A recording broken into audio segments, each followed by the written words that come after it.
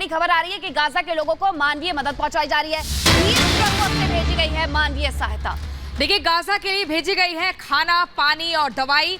ये पहली बड़ी खेप है जो भेजी गई है। लगातार मानवीय मदद में एक कदम आगे बढ़ते हुए 20 ट्रकों से सहायता भेजी गई है। आपको बता दें, राफा क्रॉसिंग बॉर्डर जो है वो खोला जा चुका है। वहां पर ट्रकों की जो तस्वीरें हैं वो भी हमें सामने देखने को मिली है, किस तरीके से उसमें सामान भर कर आया है। और ऐसे में ये पहली एक मदद की खेप देखी जा रही है। लेकिन ये जो खेप है ये काफी नहीं है, क्योंकि लगातार संख्या मदद को लेने वाले लोगों की बहुत ज्यादा। और बड़ी खबर ये कि गाजा को मानवीय मदद पर WHO की तरफ से बयान दिया गया है। राफा सीमा से गाजा भेजी गई है मेडिकल सुविधा।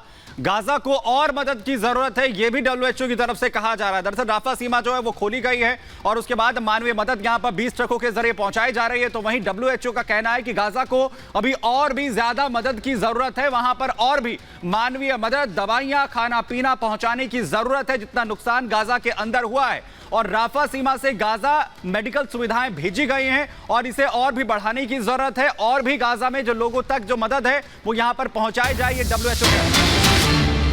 तो वहीं दूसरी तरफ यूएन का बयान भी सामने आया। यूएन से कहा गया है कि गाजा की मानवीय सहायता ये अंतिम नहीं होनी चाहिए। ये यूएन के द्वारा कहा गया है कि ये जो गाजा को मानवीय सहायता पहुंचाई जा रही है वो अंतिम नहीं होनी चाहिए। इजिप्ट के द्वारा कहा गया था कि वो 100 ट्रक मानवीय मदद भेजेंगे। हालांकि राफा बॉर्डर को खोलने को लेकर के जो दुविधा की स्थिति थी वो अब सॉल्व होते हुए नजर आ रही है और 20 ट्रक यहाँ पर भेज दिए गए हैं।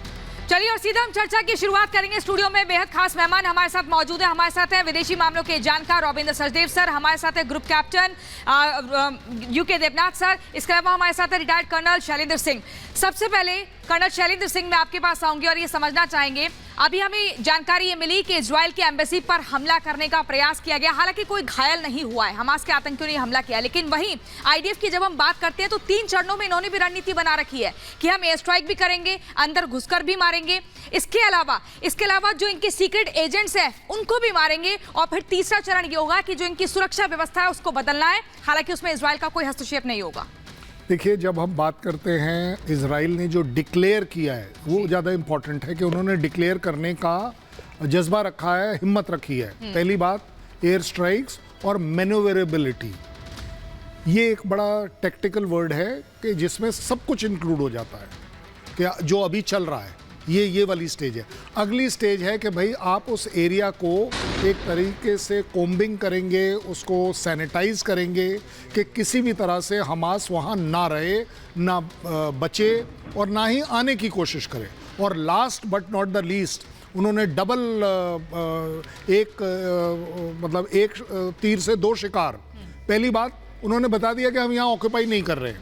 क्यों? क्योंकि उन्होंने बोला है कि उसका जो एडमिनिस्ट्रेशन होगा उसमें जो पार्टिसिपेशन है उसको सेटल करने की जो तरीका है वो अपनाया जाएगा। लेकिन तीनों ही चीज़ों में एक चीज़ कॉमन है कि इजराइल उसमें कॉमन रहेगा, वो हटेगा नहीं, वो जो कर रहा है उससे हटेगा नहीं।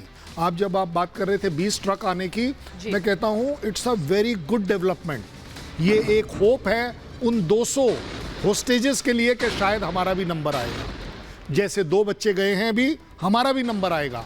दूसरी बात, होस्टेजेस को जब ये पता चलता होगा कि हाँ जी, क्योंकि हमास उनको बताएगा कि देखिए हम जीत गए, आना शुरू हो गया सामान, ये सारी चीज़ें अब एक एनवायरनमेंट बनाएगा जहाँ पर देखिए जो अच्छा हुआ बुरा हुआ वो अलग बात है, लेकिन एनवायरनमेंट अब चाहिए चीज़ों को ठीक और अच्छा करने की दिशा में जाने का। बेहतर हो क्या ये रिजल्ट अभी मिस्र में जो शांति शिखर सम्मेलन करने की कोशिश हो रही है, क्या ये उसके इनिशिएटिव का हम प्लस पॉइंट माने? और अगर वहां पर शांति शिखर सम्मेलन जो है रविंद्र सचदेव सर होता है तो एक पॉजिटिव वहां पर एटीट्यूड देखने को मिलेगा जो बाकी मुस्लिम देश में इकट्ठा हो रहे हैं। सर्टनली ये जो इजिप्ट में शांति सम्मेलन हो रहा है एक्चुअली एक तरह से काफ़ी अहम है। इसमें काफ़ी देशों के प्राइम मिनिस्टर्स प्रेसिडेंट्स आ रहे हैं, खासकर मिडल ईस्ट अरब देशों के। इसमें यूरोप के भी फॉरेन मिनिस्टर्स आ रहे हैं, यूके का आ रहा है, स्पेन का आ रहा है, मेक्सिको का आ रहा है।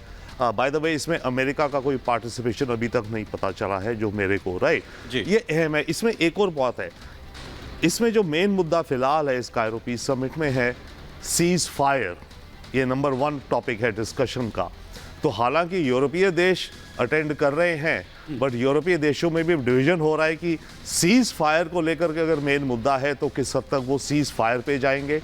और इस समिट में जो डिस्कशन है उसमें इजराइल का राइट टू डिफेंस जो इजराइल कह रहा है उसका जिक्र नहीं है फिलहाल टॉपिक्स में।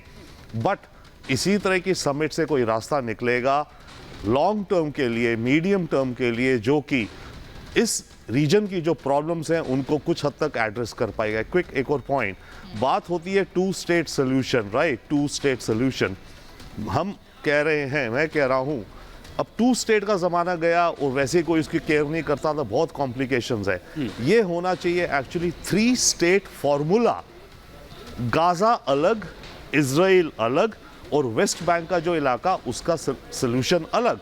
अभी तक जो सारे देश बात कर रहे हैं, लिप सर्विस दे रहे हैं, चाहे टू स्टेट यानी कि इजराइल की स्टेट और पैलेस्टाइन की स्टेट, अब किन टर्म्स में रहेंगे वो बात अलग है। वो पैलेस्टाइन होता तो गाजा इधर है, वेस्ट बैंक उधर है, तो much more practical can be a 3 state formula जो गाजा को लेकर के एक अलग फॉर्मूला बनाए, कैसे रहेगा, सेफ रहेगा, इजराइल कैसे सेफ रहेगा, यहाँ के एडमिनिस्ट्रेशन जो इजराइल कह रहा है 3 स्टेप मेथड जो IDF कह रही है, पहले जाके हम सारा फ्लैटन कर देंगे हमास के इंफ्रास्ट्रक्चर को, फिर चुन चुन के मारेंगे जो कुछ बचेंगे। बिल्कुल, रविंद्र सर कह रहे हैं कि जो पूरा स्ट्रक्चर है हमास का उसको ध्वस्त कर दिया जाएगा। मेरा सवाल यूके देवनाथ सर आपसे है, आप टारगेट साफ है इजराइल का कि हमास का सफाया करना है। आज हम सुबह से लगातार दिखा रहे हैं कि 11 कमांडर हमास के मार दिए गए हैं। ये एक बड़ी चोट हो सकती है, लेकिन क्या इजराइल अपने लक्ष्य में आसानी से कामयाब हो पाएगा? क्योंकि हमास के आतंकियों की संख्या बहुत बड़ी है और वो अलग अलग देशों में भी बैठे हैं और वहां से ऑपरेट कर रहे हैं,